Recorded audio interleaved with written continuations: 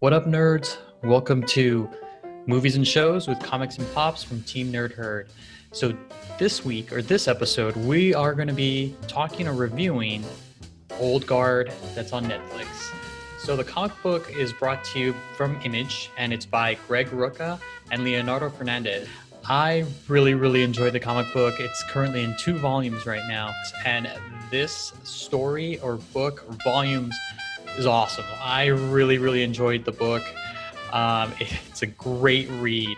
I cannot say enough about it, as if you noticed, and hopefully you did, the first issue is identical to the opening scene in the movie.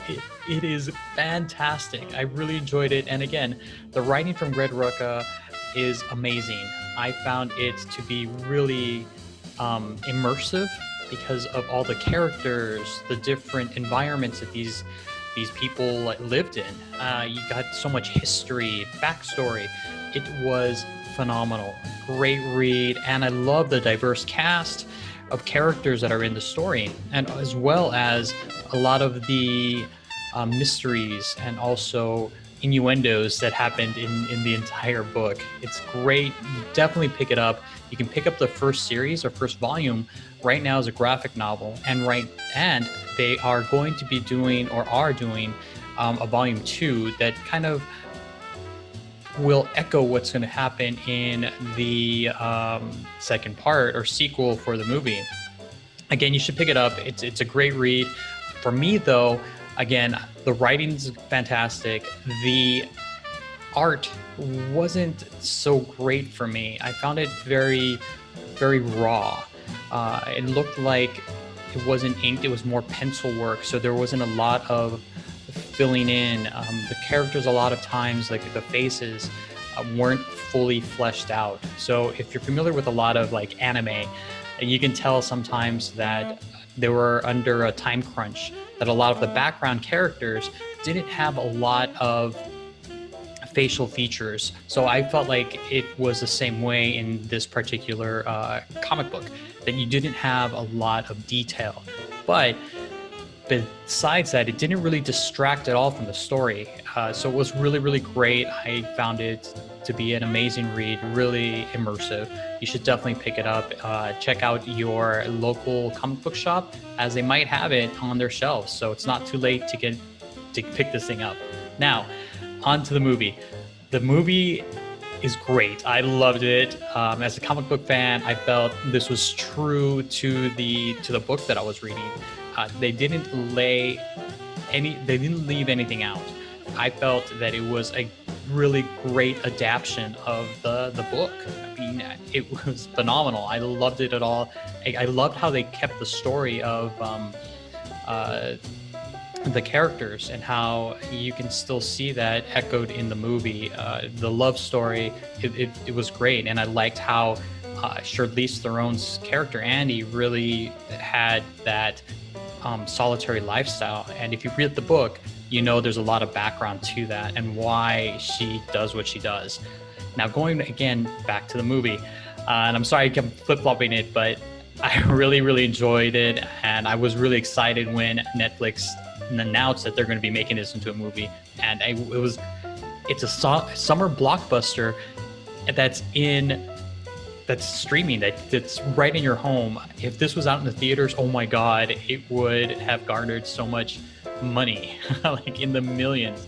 It was that good. It's so much action. Again, the story was really good, and I felt that it was true. Each character was developed accordingly. It wasn't something that was kind of put together. It was nice and progressive. It felt very organic.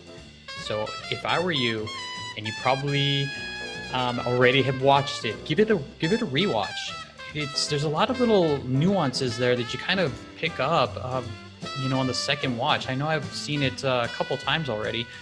Heading into my third, though I'm kind of halfway into the third one, I'm still seeing the little details that I missed on the first, couple of watches. And again, the action sequences are amazing. You get a lot of what Charlize Theron did in Atomic Blonde. I mean, she is there kicking so much butt. And I also like the character of Nile. Nile was great. She was, again, this kind of introduction into the world of Old Guard, or these characters that were immortal. And again, I really liked it a lot. So I would definitely encourage you to watch the movie and also pick up the book. You can't go wrong. And I love the fact that they're making a sequel. Hopefully things will again be just like the book or the second volume. But if not, I mean, it's still enough that it makes me want to see these characters all over again, because I felt like I was involved in them. Like, you know, what can I say? It was great. Going forward, I definitely pick up the book, watch the show on Netflix, and if you don't have a Netflix account, make sure to borrow it from a friend, even though you didn't hear that from me. But pick it up, watch the movie. You will not feel like you wasted any time whatsoever. There is one huge difference between the books and the movie, but I'm not going to spoil it to you. If you're a fan of both, you already know what's going on. And explore the second volume. The second volume picks up right after the end of the movie, so you need to pick it up, because again, it feels a lot more of that backstory. Again, it's great.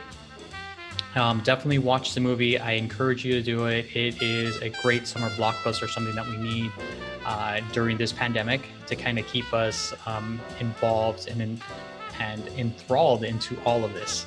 So definitely do that. So in conclusion, if you want to do it right, watch what you like.